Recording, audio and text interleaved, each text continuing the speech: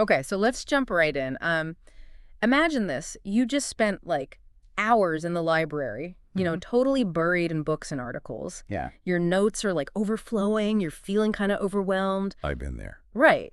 But what if you could just like upload all that stuff to an AI and get back a podcast-style summary that you could listen to on the go? Okay.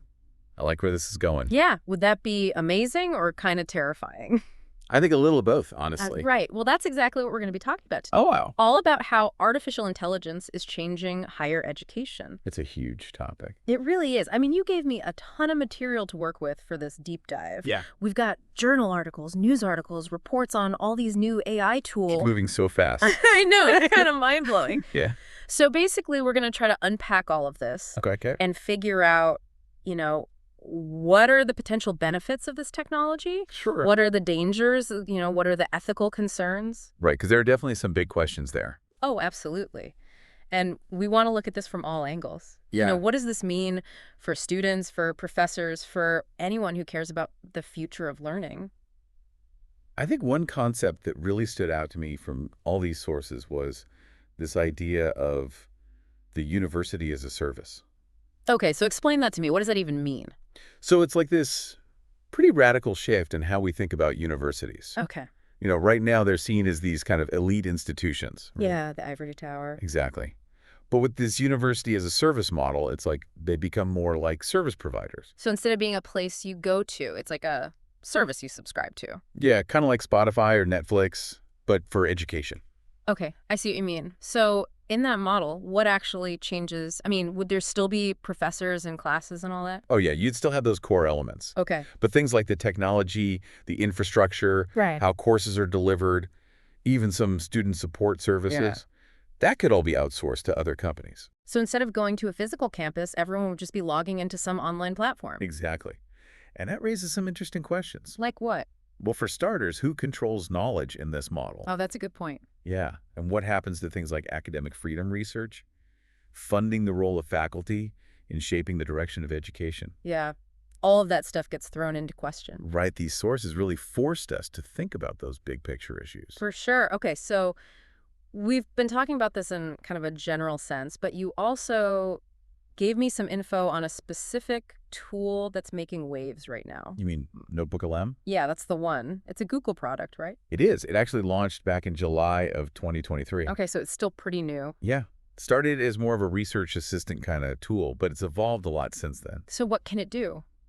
Okay, so imagine you've got a PDF, a text document, an audio recording, anything like that. You upload it to NotebookLM, and it processes it, pulls out all the key information. Okay. And then it presents it to you in a way that's tailored to your needs. So it's kind of like having a personal research assistant. Exactly.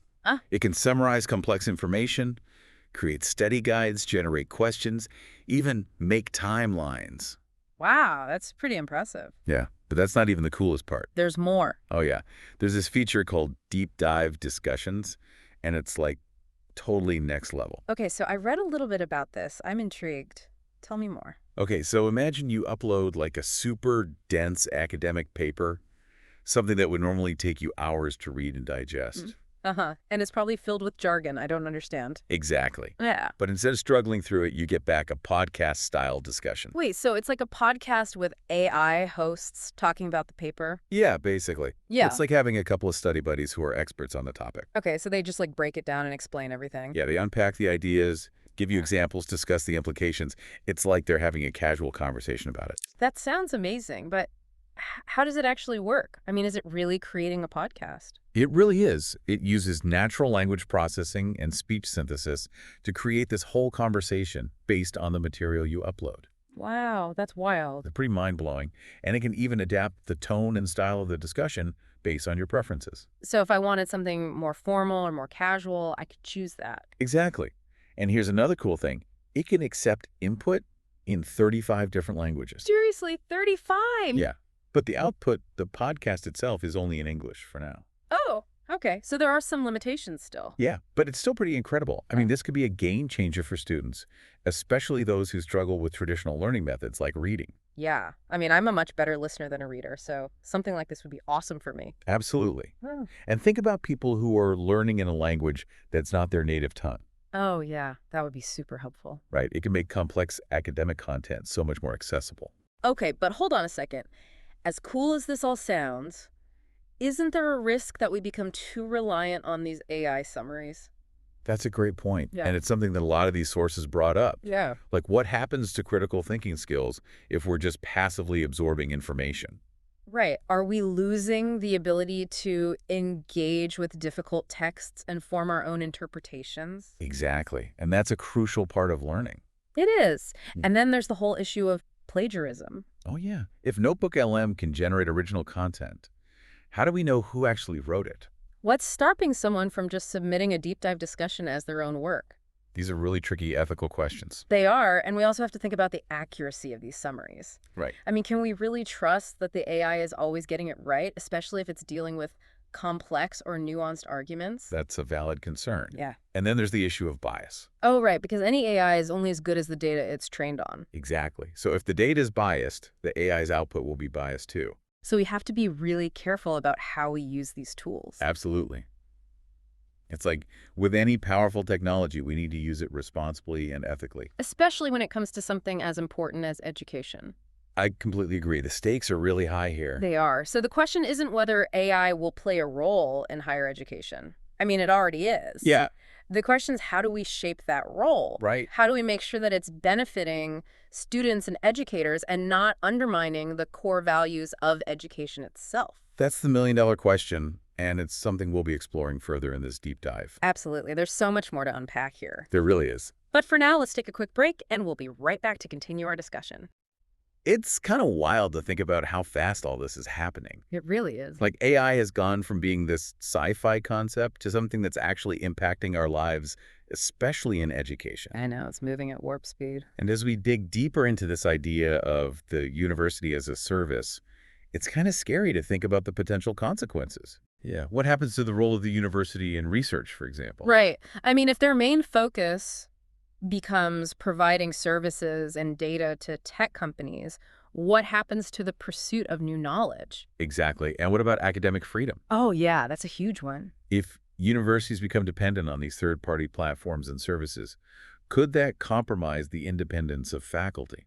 I mean, will professors still be able to pursue research that might be critical of these companies? That's a really valid concern. It is, and it kind of feels like we're heading towards this slippery slope where corporate interests start dictating what gets studied and taught. I see what you mean. Like, will the priorities of tech companies Oh. align with the goals of higher education? Exactly. Or will we see a shift towards this more commercialized approach where the focus is on profit rather than, critical thinking and intellectual curiosity? That's a scary thought. It is, and I think it's super important for everyone to be aware of this students, faculty, policymakers. Absolutely. We need to be advocating for policies that protect the integrity of higher education. Couldn't agree more. Okay, so let's circle back to NotebookLM for a minute.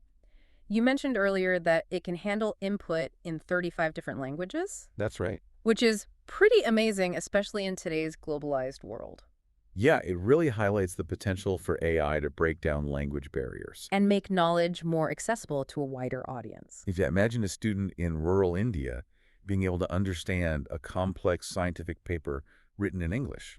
Or a researcher in Brazil who can synthesize findings from studies in multiple languages. It could really revolutionize the way we share and collaborate on knowledge. Okay, but how does it actually handle all these different languages? I mean, is it just translating the text? It's more sophisticated than that. Okay, so tell me more. So NotebookLM is built on this super powerful language model that's trained on a massive amount of data, Okay, text and code in multiple languages. gotcha. This allows it to understand the nuances of different languages and to generate summaries and discussions that are both accurate and culturally relevant. So it's not just spitting out a word-for-word translation, it's actually processing the information and presenting it in a way that makes sense in the target language. Exactly. It's able to capture the meaning and the intent behind the words. Wow, that's really impressive. It is. This makes me think about those deep dive discussions again. You said they're currently only available in English, right? Yeah, for now. Is there a reason for that? Well, generating natural-sounding speech in multiple languages is a really complex task. Oh, I bet. It's one of the areas where AI is still evolving rapidly. So maybe we'll see deep dive discussions in other languages sometime soon. Oh, I think it's definitely on the horizon. That would be amazing. Yeah. Okay, so I'm curious, how are these deep dive discussions actually created? It seems like there's a lot going on behind the scenes. Oh, yeah, it's a pretty intricate process. Break it down for me. Okay, so first, NotebookLM's language model analyzes the text that you upload. Okay. It identifies the key concepts, the arguments, the supporting evidence, all of that. Then it uses that information to create a dialogue. So it's like the AI is writing a script for a podcast episode. Sort of, but it's not just a simple script. Okay, how so? The AI is also using its knowledge of human conversation to make the dialogue flow naturally. Like with pauses and interjections and stuff? Exactly. It even throws in a little bit of humor sometimes. So it's really trying to mimic how humans talk and discuss ideas. Precisely. And that's what makes the deep dive discussion so engaging. It's like you're listening to a real conversation. It's like eavesdropping on a discussion between two experts. I like that analogy. And it's such a cool example of how AI can make complex information more accessible. It really is. Okay, so earlier we talked about how AI can personalize learning experiences. How does that work with NotebookLM? Well, it's definitely more than just customizing the format of the output. Okay, so what else can it do? NotebookLM actually adapts to your learning style and preferences. So how does it know what my preferences are? You can tell it, like if you're a visual learner, you can ask it to generate mind maps or concept diagrams. That's neat. Or if you're an auditory learner, you can adjust the speed and tone of the AI voices. So it's like having a personal tutor who can tailor their teaching methods to your needs. Exactly. And as AI technology continues to evolve, I think we'll see even more sophisticated personalization in the future. Like what? Imagine an AI tutor that can adjust the pace and difficulty of the material based on your understanding. That's wild. It's Yeah. like something out of a sci-fi movie. It is, but it could become a reality sooner than we think. And that brings us to another big question. What happens to the role of the human teacher in all of this? Right. Will AI eventually replace teachers altogether? Or will it just change the nature of teaching? That's a tough question, and I don't think there's a simple answer. I agree, but I do think it's important to remember that teaching is about more than just conveying information. Absolutely. It's about inspiring students, fostering their curiosity, helping them develop critical thinking skills. And those are things that AI, at least in its current form, can't really replicate. Right, so maybe the most likely scenario is that AI and human teachers will work together. I think that's the most optimistic outcome. Yeah, where each leverages their unique strengths to create a more effective learning experience. It's about finding that balance between the power of AI and the human touch. That's a good way to put it. You know, one thing that really struck me while I was reading through all this material was the sheer range of applications for NotebookLM. Oh yeah, it goes way beyond just education. I mean, we've talked about how it can help students and researchers, but it seems like it could be useful for anyone who needs to process complex information. Absolutely. Think about professionals in fields like law, medicine, finance. Oh yeah, they're constantly having to stay up to date on the latest research. Exactly. And NotebookLM could help them do that more efficiently. It's like having a personalized research team at your fingertips. I like that analogy. Imagine a lawyer who can upload a stack of legal documents and get a concise summary of the key arguments. Or a doctor who can instantly research the latest treatment options for a patient. The possibilities are endless. They really are, and we're just scratching the surface of what AI can do. It's exciting, but also a little bit scary. I know, it's a lot to process. It is, with all this power at our disposal. We really need to think about how to use it wisely. Couldn't agree more. We need to approach AI with both a sense of wonder and a healthy dose of skepticism. And we need to be asking ourselves not just what it can do, but what we want it to do. Exactly. We need to make sure that AI is being used for good. Okay, so before we move on, I want to touch on something we mentioned earlier. NotebookLM is currently free to use. It is. But you also mentioned there's a paid version called Plus with more advanced features. Right. So this raises some questions about equity and access. It does. What happens if the best features of NotebookLM are only available to those who can afford to pay?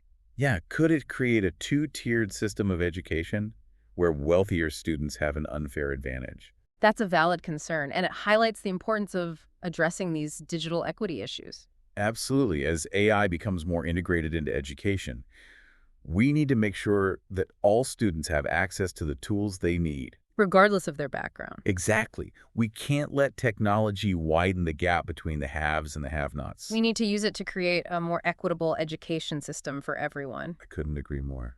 You know, it's mind-blowing to think about how much is changing so fast. I know. It's not just higher ed, it's everything. It really is. How we learn, how we work, how we interact with the world. It's like AI is this force that's reshaping everything. Totally. And as we're kind of standing here on the edge of this new frontier, it's both exciting and a little scary, right? Yeah, I mean, it's like uncharted territory. Totally. And I keep coming back to this idea that AI is a tool, and like any tool, it can be used for good or bad. It all depends on how we use it. Exactly. So the big question is, how do we harness this power of AI in a way that benefits everyone? That's the challenge, isn't it? It really is. You know, what the sources you gave me this report on generative AI. Yeah, I remember that one. It argues that AI has the potential to democratize knowledge. Right. Make learning more personalized and accessible. So that everyone, regardless of their background or location, could have access to high-quality educational resources. That's the dream, isn't it? It is, and it's not impossible. Not with tools like NotebookLM. I mean, think about it. Yeah. We could break down barriers of language, culture, geography, We could create this global learning community. where everyone has the opportunity to reach their full potential. It's pretty amazing to think about. It is. But there's another side to this coin too, right? What do you mean? Well, another source you shared this book called Building a Second Brain. Oh, yeah, I love that book. It makes a really interesting point that while AI can be this awesome tool for learning, we shouldn't become too reliant on it. Like, we can't let it replace our own cognitive processes. Exactly. The author talks about how we need to develop these strong second brains. Right, external systems for capturing, organizing, and synthesizing information. Because there's just so much data out there. Information overload. Exactly. So it's not about replacing our brains with AI. No, it's about augmenting our abilities. Right, finding that balance. Between leveraging the power of AI and cultivating our own critical thinking skills. Some people even use the term centaurs Oh, yeah, I've heard that. to describe this hybrid approach to learning and working. Where we combine the strengths of human intelligence with the power of AI. It's a cool analogy, right? It perfectly captures this new era of collaboration between humans and machines. So we need to become centaurs. Embracing the possibilities of AI, but also recognizing the importance of our own unique capabilities. And this brings me to a question that's been bugging me this whole time. What's that? What does all this mean for the future of universities? Yeah, like, will they even exist in 10, 20 years? I mean, if knowledge is so readily available and personalized learning is just a few clicks away, what's the point of going to a traditional university? It's a question that a lot of people are asking. And there's no easy answer. Some experts think that traditional universities are becoming obsolete. It's like they're going the way of the dinosaurs.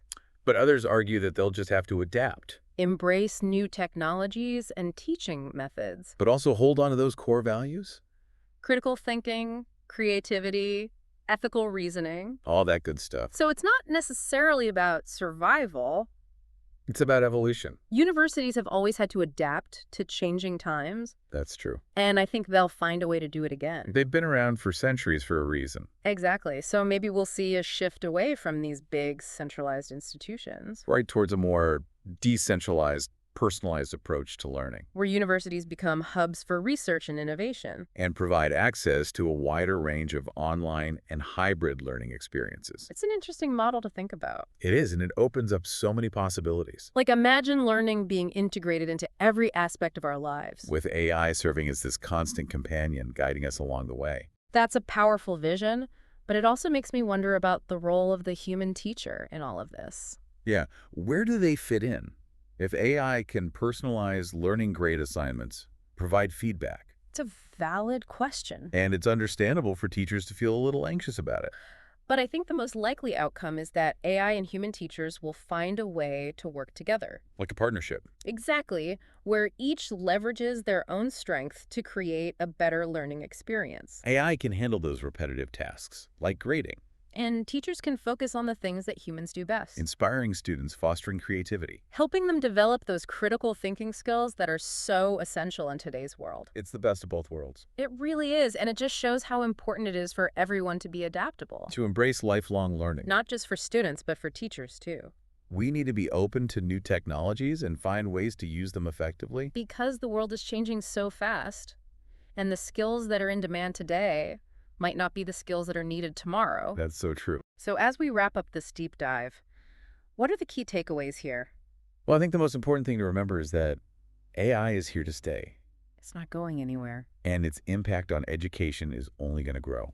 So whether you're a student, an educator, or just someone who's interested in this stuff, You need to be part of the conversation we need to think critically about how to harness the power of AI. and make sure it's being used for good. Because it's not enough to just sit back and watch this all unfold. We need to be active participants in shaping the future. And making conscious choices about how we want to use this technology. It's up to us to decide what kind of world we want to create. Well said. So thanks for joining me on this journey into the world of AI and higher education. My pleasure. I hope this has given everyone some food for thought, And some inspiration to keep exploring this fascinating field. because the future is out there, and it's being shaped by the choices we make today. So let's make sure we're making the right ones.